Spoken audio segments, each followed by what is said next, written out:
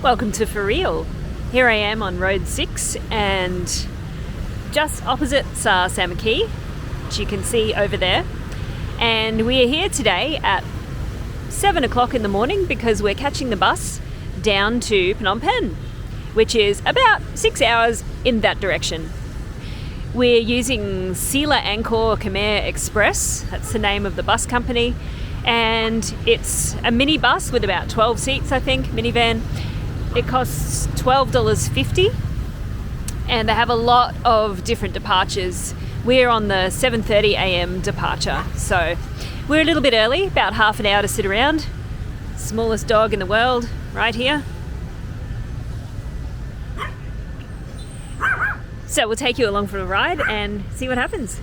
It's going to be a fun day.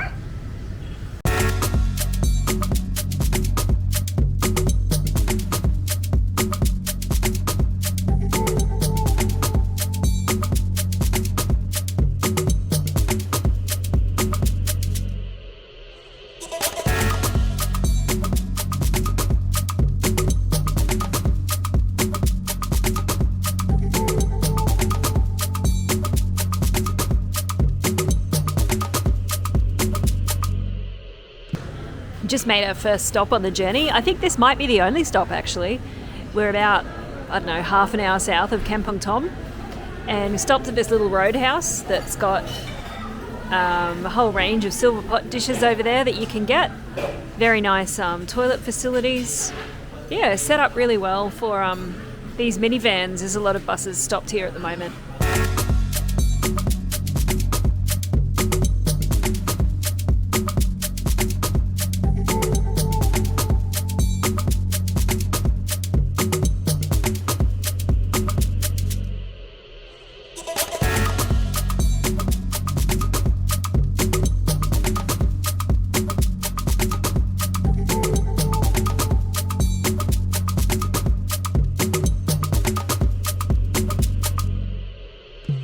We've stopped for a second time and we're about 4 hours into the trip now.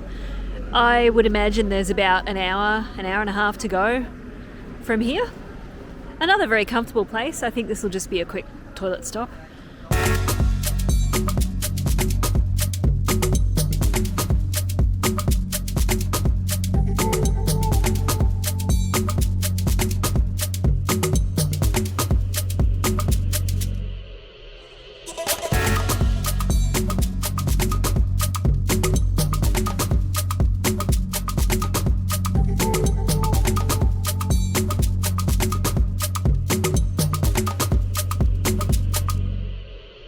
So the bus dropped us off, everything was fantastic, and we've arrived at our destination. Well, close to anyway. So we're staying south of the city because we are here to look after a couple of cats. You might know that Jeremy and I do some house sitting / pet sitting, and that's the reason for our visit to Phnom Penh this time. So here we are. This is a very strange area, and I'm going to show you some of the features that it has. So the place we're about to visit is called Euro Park. So there are heaps of restaurants in this area as well, and all of the buildings are kind of in different styles from around Europe. So you'll see that one over there has more of a Dutch barn feel about it. There's an Eiffel Tower in behind there. There's all sorts of stuff. So what do we have here? It's a Brazilian steakhouse in a French-style building in Phnom Penh, Cambodia. Well, so far our journey has taken us from Phnom Penh to places around Europe. You can see there's Big Ben over there. But now we're going to skip a little bit further afield and spend some time down under. There you go, this place has its very own Sydney Opera House. Look at that. Okay, that's the Sydney Opera House. That means this must be Sydney Harbour, and that means I must be standing on Sydney Harbour Bridge. Let's do a bit of a 360 and I'll show you what's around.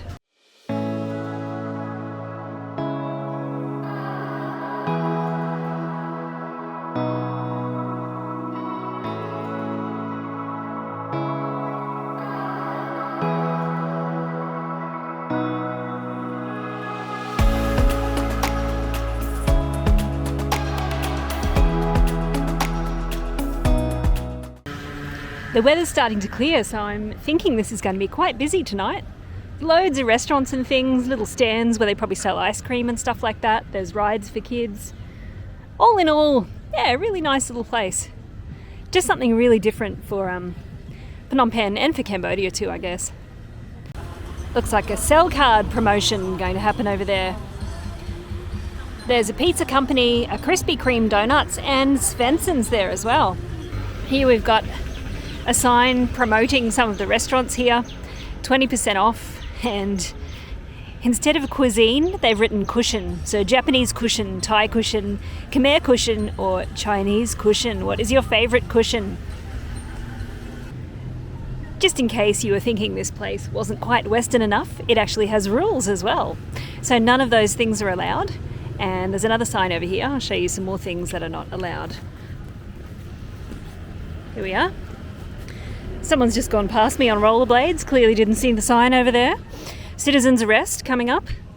Okay, so no dogs weeing or pooing, it would seem, either. I don't know whether that means dogs are allowed if they don't partake in those activities.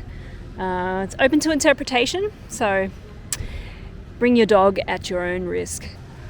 Well, it wouldn't be right to come to Europe without visiting the Eiffel Tower. Let's have a look. There it is.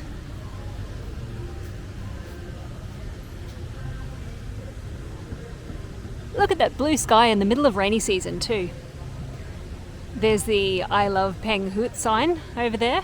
Seems to be a popular place for photo opportunities. And I'm not sure which bridge that one represents, but there it is. But look how nicely it's done. There's like a Tudor style building over there. And this is, back at the beginning, this is like the Dutch barn kind of one. But that is a high-end Japanese restaurant in there called Hiko. Oh, there's a waterfall up here. I see you don't even need to go to Kulin Mountain to see a waterfall anymore. You can just come over here. Little bridge. Let's go on the bridge and view it from there. There we go. Look at that.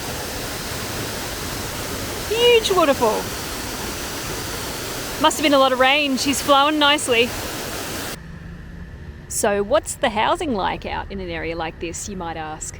Well, there are a lot of these standalone places like this one, and you're talking about a very opulent residence out here. But I just want you to take in the beautiful tree-lined kind of boulevard that we have here. I'm on a bicycle at the moment, so I'm going to try and ride along a little bit and see if I can show you what it's like. Here we go. Bit of one-handed riding happening here at a very slow pace, but as you can see, these places would qualify as mansions in anyone's book, I would think. It's nice that along this road there's a few little businesses dotted here and there, little cafes, little pharmacy here, little tiny shop there. It's very, very pretty. And this is not restricted in any way, so it's not gated. Certainly the bores that come off this street have gates and guards. There's a lot of speed bumps too, so makes riding around slightly more difficult. But there's an entrance to one of the bores. You can see it's got boom gates and guards and things. It's a bright red car there. But everything's beautifully maintained, as you can see.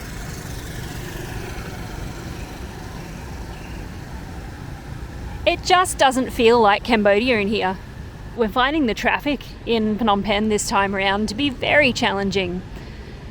I think it was different when we lived in Russian Market because we tended to do everything in that small area, so we never really had to deal with the traffic too much. But here, if we want to go into, I don't know, the main part of town, BKK or Russian Market or anything like that, it's a ride in a tuk-tuk or a pass app, and if you get caught in the traffic or you go at just kind of the wrong time of day, it can take you a very long time to cover what's a really, really short distance, in fact. Look at this. Where else can you find a tree-lined boulevard. I actually came for a run along here the other evening and it was just lovely. Shade, no dirt, no dogs. Just a really pleasant, flat run.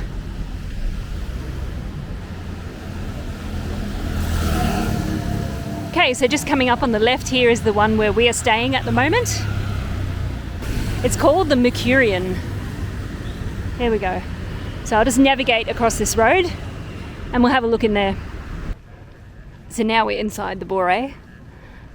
It's much, much quieter in here. Really, really quiet at night time. There's also a few little shops dotted around in here, or more. People have just decided to use the front of their house, so they've got these little kind of gated in areas. A few people here and there have decided to turn theirs into a shop and make a bit of extra money. There are signs of speed bump, places to rent in here, but it's very peaceful and very quiet. I would say very safe and a very good option if you have children. You know, you can imagine them being able to play, being able to ride bicycles in here, and it would be very safe.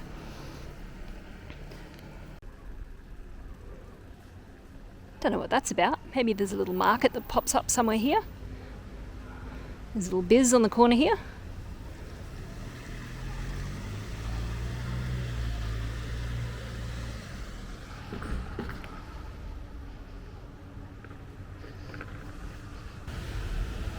Yeah, I guess this place just kind of narrows the gap between, oh, there's a mart there, narrows the gap between Australia and Cambodia, or developed countries and Cambodia. So feels a bit closer to home than the rest of Cambodia does. Anyway, I'll leave it here. Thanks so much for watching. I might show you a bit more of this if I explore and find stuff that's interesting. But yeah, thanks so much for watching. I'll see you in the next one. Bye.